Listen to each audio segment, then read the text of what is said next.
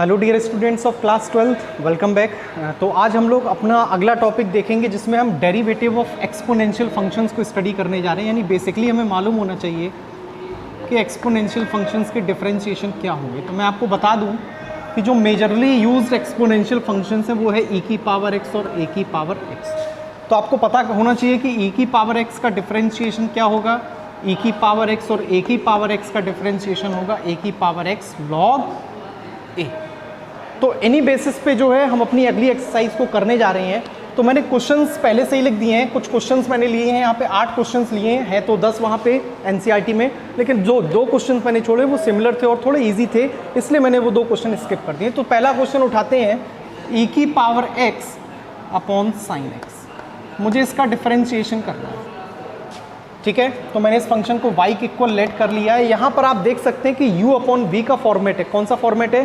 u upon v का dash. तो कैसे करेंगे? तो dy over dx equals to u dash, ये हमने u मान लिया है और इसको हमने v मान लिया है। u डैश e की power x into v minus v dash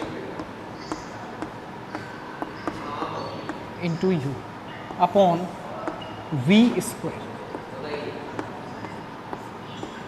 तो e की पावर x का डिफरेंशिएशन तो हमारा e की पावर x ही रहना है। साइन x को हमने मल्टीप्लाई कर दिया है और साइन x का हमने कर दिया है कॉस x e की power x upon sine square x। ये आ गया आपका क्या? dy over dx। तो आई होप ये क्वेश्चन क्लियर हो गया होगा कि कैसे आपको dy ओवर dx फाइंड करना है। तो यहाँ थोड़ा इजी है, इंट्रोडक्शन है, इजी क्वेश्चंस हैं। तो दूसरा क्वेश्चन देखते हैं। तो इसमें क्या है, अब यहाँ पे क्वेश्चन को करने का बेटा 2 तरीका है। क्या है? एक तो सब्स्टिट्यूशन मेथड, एक चेन रूल है। तो हम कोई भी यहाँ पे रूल यूज कर सकते हैं। सपोज करिए सेकंड क्वेश्चन हमने लिया y इक्वल्स टू e की पावर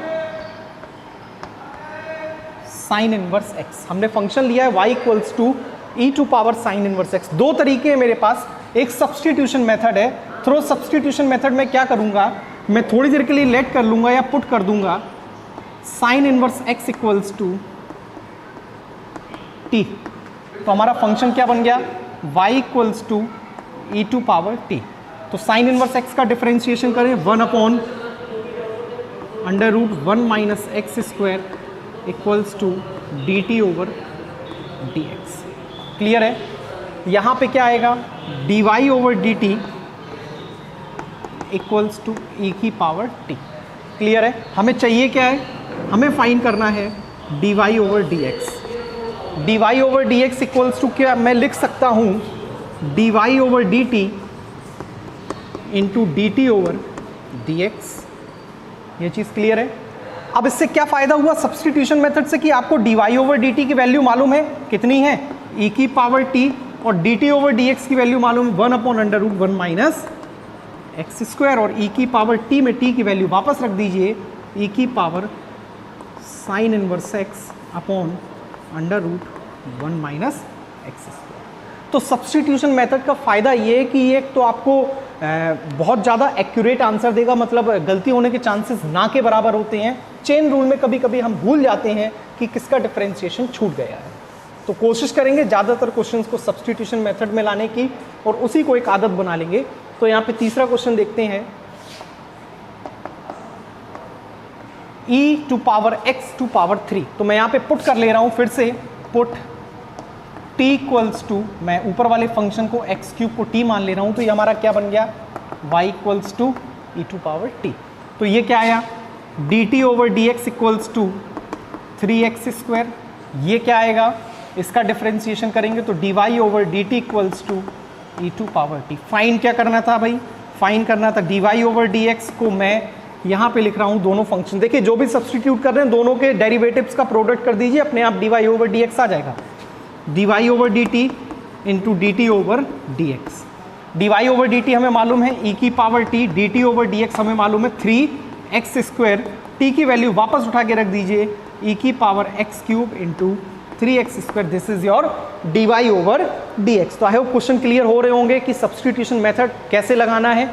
तो अब यहाँ पे हम क्वेश्चन नंबर 4 उठाएंगे और क्वेश्चन नंबर 4 को सब्स्टिट्यूशन के थ्रू करेंगे।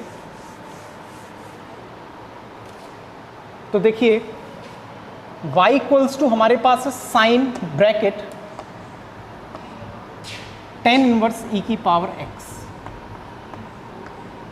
फंक्शन कितने हैं? एक फंक्शन e की पावर x है, एक फंक्शन tan इनवर्स है, एक फंक्शन साइन, तीन फंक्शंस हैं। तो सब्स्टिट्यूशन सबसे पहला डाल रही हैं, put t equals to e की पावर x। तो ये क्या बन गया? आप t रखेंगे यहाँ पे tan t, तो इसे हमने दूसरा फंक्शन मान लिया, put u equals to tan t। तो हमारा तीसरा फंक्शन क्या बना? y इक्वल्स टू साइन, ये पूरी वैल्यू किसकी है? u की है, u। तो यहाँ पे सब्स्टिट्यूशन आपके दो आए और तीसरा फंक्शन ये आ गया। अब तीनों के डेरिवेटिव निकाल के आपको करना क्या है? सिंपल है, बहुत, प्रोडक्ट कर देना है। dt ओवर dx कितना आएगा? e की पावर x। देखो एक सिस्टम है, पीछे से मानते चले, लेफ्ट से मानना, राइट से मानना शुरू करें और आते आते y इक्वल्स टू आपका फंक्शन अपने आप बन जाएगा। तो dt over dx equals to e की पावर x। यहाँ पे क्या आएगा? du over dt equals to 10 का डिफरेंशिएशन आपको मालूम है, sec स्क्वायर t। यहाँ पे आ जाइए, dy over du equals to cos u। तीनों के आपने डेरिवेटिव निकाल लिए। फाइन क्या करना था? फाइन करना था dy ओवर dx को मैं क्या लिखूंगा? तीनों का मल्टीप्लाई, तीनों डेरिवेटिव जो है उनके प्रोडक्ट कर दूंगा, dy over dt, sorry dy over du है पहला, फिर du ओवर dt, फिर है dt ओवर dx। आप चाहें तो यहाँ से देख भी सकते हैं कि जब ये मल्टीप्लाई होंगे तो ये कैंसिल हो जाएंगे, क्या बचेगा? केवल dy ओवर dx वही निकलेगा। तो वैल्यूज रख दीजिए, cos u into sec square t into e की पावर x। क्या करना है? जो सब्स्टिट्यूशंस आपने पुट किए हैं उन सब्स्टिट्यूशन को वापस कर दीजिए। cos u, u किसको माना था आपने? tan t को, cos tan t। t किसको माना था? वो सेक स्क्वायर t में आप वैल्यू रख दीजिए, e की पावर x इंटू e की पावर x। अभी भी सब्स्टिट्यूशन बचा है, t की वैल्यू रखनी है, तो cos tan e की पावर x।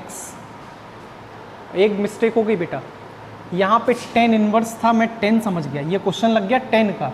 यहाँ पे tan इनवर्स करेंगे तो आएगा 1/1 प्लस टी स्क्वायर।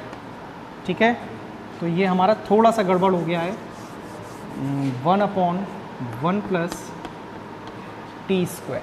ठीक है, बाकी सब सेम है, क्योंकि हमने e की पावर x को t माना, ये tan इनवर्स t बना और ये sin u। ठीक है, अब सब्स्टिट्यूशन आपको वापस रखने, तो आपका डिफरेंशिएशन बेसिकली आ चुका है। cos u, u की वैल्यू उठाइए, tan इनवर्स t, t की वैल्यू उठाइए, यहाँ रख दीजिए 1/1 प्लस e की पावर x का स्क्वायर इंटू e की पावर x।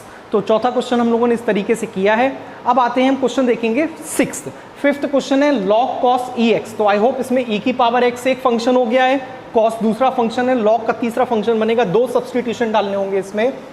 तो अब आते हैं क्वेश्चन नंबर 6 पे।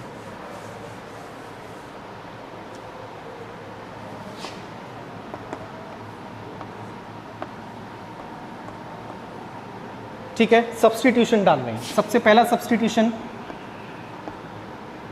ई under root x equals to हमने यहाँ पे पुट किया है t। तो ये क्या बना है हमारा? t equals to under root x, t माना है, तो ये e की पावर t आया, इसको u मान लीजिए। तो ये क्या बना? y equals to under root u। Clear है? आप फंक्शन को चेक कर सकते हैं, अंडर रूट e की पावर t, u की वैल्यू रखी, आप चेक कर लीजिए, अंडर रूट u की वैल्यू रखी, e की पावर t, और t की वैल्यू रखी अंडर रूट x, तो वापस वही क्वेश्चन आ गया। तो ये चेक करने का तरीका है। तो अब यहाँ पे तीनों के डेरिवेटिव लिख दीजिए, dt over dx, under root x का derivative 1/2 under root x, du over dt, e की power t, dy over du, 1/2 under root u। उठा के तीनों का मल्टीप्लाई कर दीजिए, dy ओवर dx मिल जाएगा आपको। हमने यहाँ पे dy over du into du over dt into dt over dx, तीनों का प्रोडक्ट कर दे रहे हैं, 1/2 under root u into e की power t into 1/2 under root x. अब थोड़ा सा काम आप करेंगे, u की वैल्यू रख देंगे कितनी है e की पावर t, फिर t की वैल्यू रख देंगे, यहां पर भी t की वैल्यू रखनी है। तो इस तरीके से आपका ये क्वेश्चन कंप्लीट हो गया है। अगला क्वेश्चन देखते हैं, 7th है log x। देखिए जो क्वेश्चन छोटे पढ़ रहे हैं उनमें जरूरी नहीं आप सब्स्टिट्यूशन लगाएं, आप डायरेक्ट चेन रूल भी यूज कर सकते हैं। जैसे क्वेश्चन नंबर 7 थोड़ा सा इजी है, तो हम इसमें चेन रूल सब्स्टिट्यूशन लगा के डायरेक्ट चेन रूल यूज करेंगे।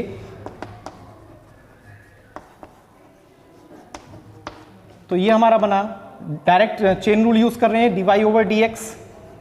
तो log का करेंगे 1 अपॉन पूरा फंक्शन log x। अब अंदर गए और log x का कर दिया 1 अपॉन x। क्लियर है। इसी तरह 8th में करेंगे आप, cos का अंदर मल्टीप्लाई करेंगे तो cos log x plus cos e की पावर x।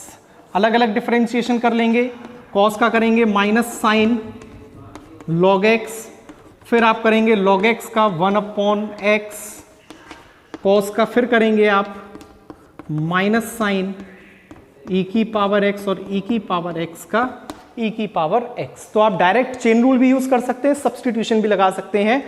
इस क्वेश्चन को आप सब्स्टिट्यूशन से भी लगाइएगा घर पे। तो आज के लिए इतने क्वेश्चन रखते हैं, हमारी एक्सरसाइज कंप्लीट हो गई है। नेक्स्ट वीडियो में आपकी अगली एक्सरसाइज आएगी, लॉगरिथमिक फंक्शन से रिलेटेड। ये एक्सपोनेंशियल फंक्शन की एक्सरसाइज थी, अब लॉगरिथमिक फंक्शन को स्टडी करेंगे अगले वीडियो में। टिल देन इतने क्वेश्चंस को आप सॉल्व करिए, कुछ क्वेश्चंस मैंने छोड़ दिए उनको भी आप लगाइए, और कोई डाउट हो रहा है तो जरूर पूछिए। Till then keep studying. Thank you students.